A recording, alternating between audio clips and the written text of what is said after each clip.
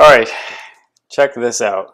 Titled Ivanka Trump is not the feminist hero you think she is. And I know, it's the Huffington Post, so what do you expect? So basically, this feminist who is Emily Sugarman. Uh, she says, I'll admit it. I recently fell victim to the trap of feminist Ivanka Trump. The woman basically runs the Trump organization while operating her own lifestyle brand and pretty much directing her father's presidential campaign. She also calls herself absolutely a feminist and actually got Republicans to cheer at the idea of paid family leave at the Republican National Convention.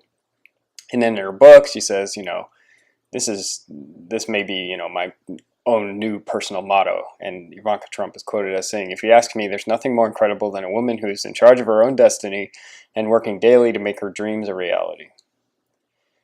And then she goes on to then start questioning Ivanka Trump as a feminist, and here's why.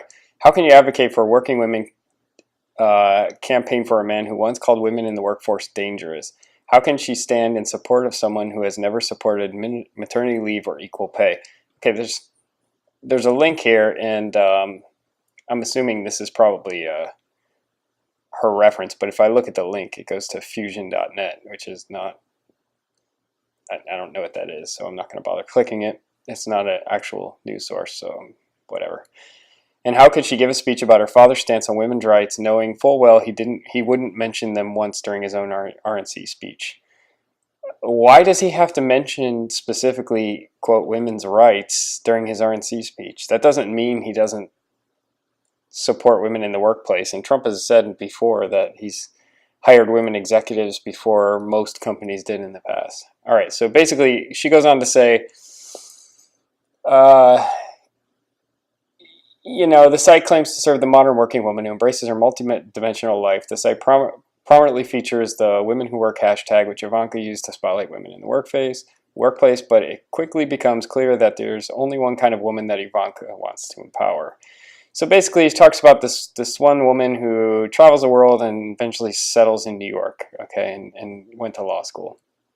So this author turns around and says, this is the kind of a woman Trump's feminism serves, those with the power and privilege to attend a law school and spend a year traveling the globe before ultimately settling in the second most expensive city in the country. This is not feminism for all women. It's not. This is the problem with feminism.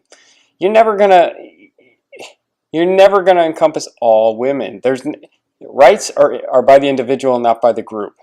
This is feminism for women like Ivanka. It's feminism for women who can survive and thrive through a Trump presidency. I don't even know what that's supposed to mean. Like he's going to do something bad to women because they don't rely on things like public health care, quality public education, or safe and reliable access to abortion. Okay, Trump's not going to get rid of public health care or public education. When has he ever said he's going to dump Medicare and Medicaid? It's just ridiculous. And public education, most Republicans, right-wingers, just want states to handle education, not the federal government.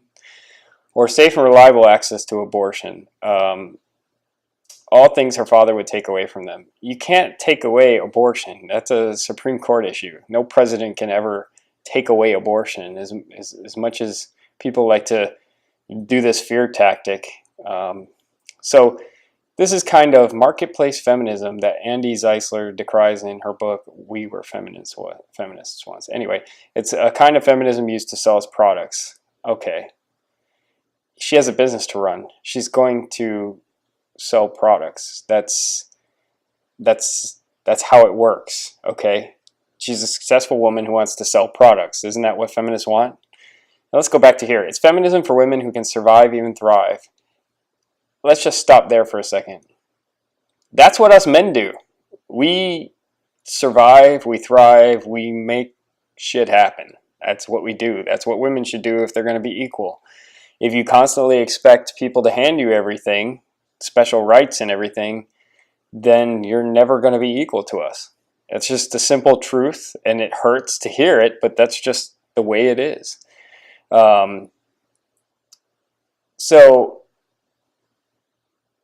she goes on to say, nor is this better exemplified than in Trump's policies for her own employees. The 12 employees of the Ivanka Trump brand enjoy 8 weeks of paid maternity leave and flexible hours, and Ivanka takes pains to emphasize this, even offering quotes to Business Insider for an article about her female employees. Okay, apparently Trump doesn't think these same privileges should be extended to other women, namely those who make her products. Okay, this is where it's going to get really annoying. So the Washington Post reports that the company that designs and distributes Trump's clothing line gives no maternity leave to its workers. Okay, read that again. The company that designs, not Ivanka Trump's company, but the company that designs and distributes Trump's clothing line gives no maternity to its workers.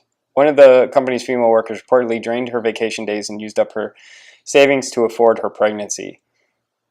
Ivanka Trump has contracted with the same company since 2012 and reportedly works very closely with them on the design, yet she has not pressured them to uphold the very values she's built her brand on.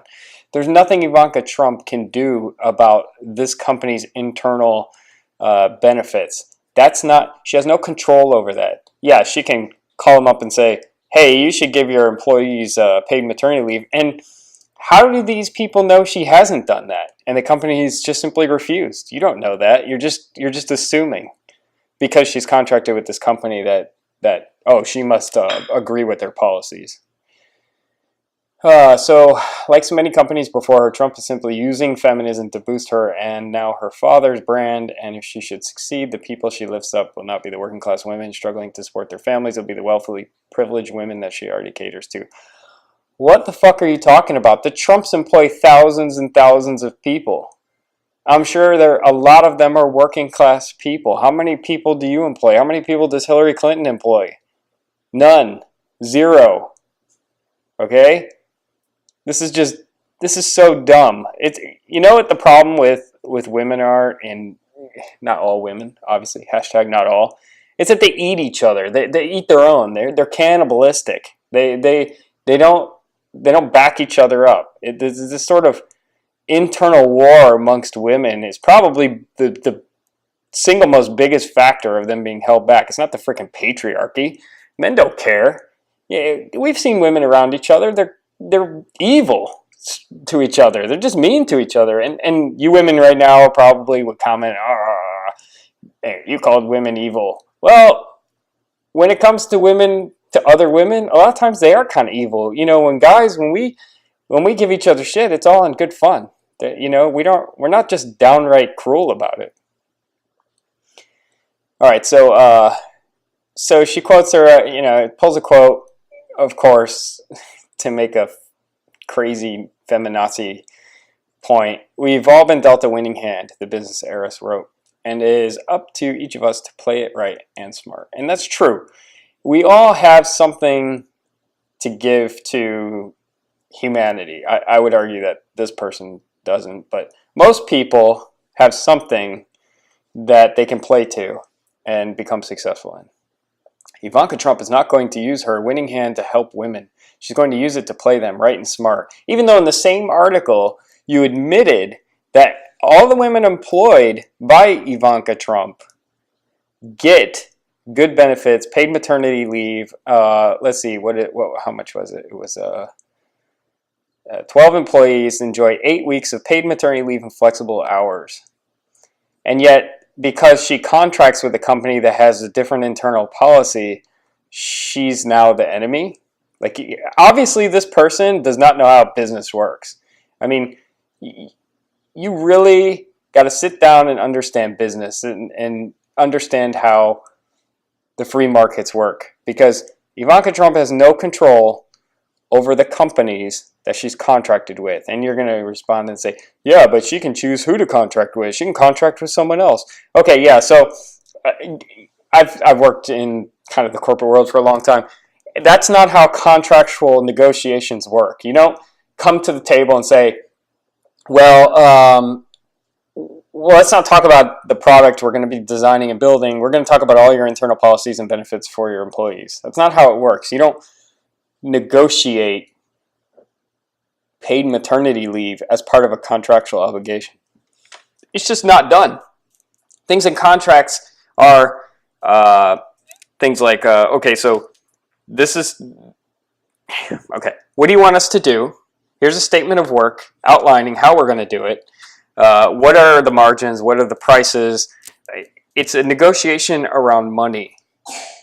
Typically money and design and dates of completion, things like that. There's not, well, during our contractual negotiations, we need to see how much you contribute to your employees' 401ks, because quite frankly, most companies will just say that's not part of the contractual negotiation. We're not going to disclose that information. We're a private business and we have no need to disclose that information. And quite frankly, I imagine a lot of companies would do that. They would just say, no, that subject's off the table, period. And that would be the end of it. Anyway, go ahead and give me a like, subscribe, American Iconoclast. See you guys.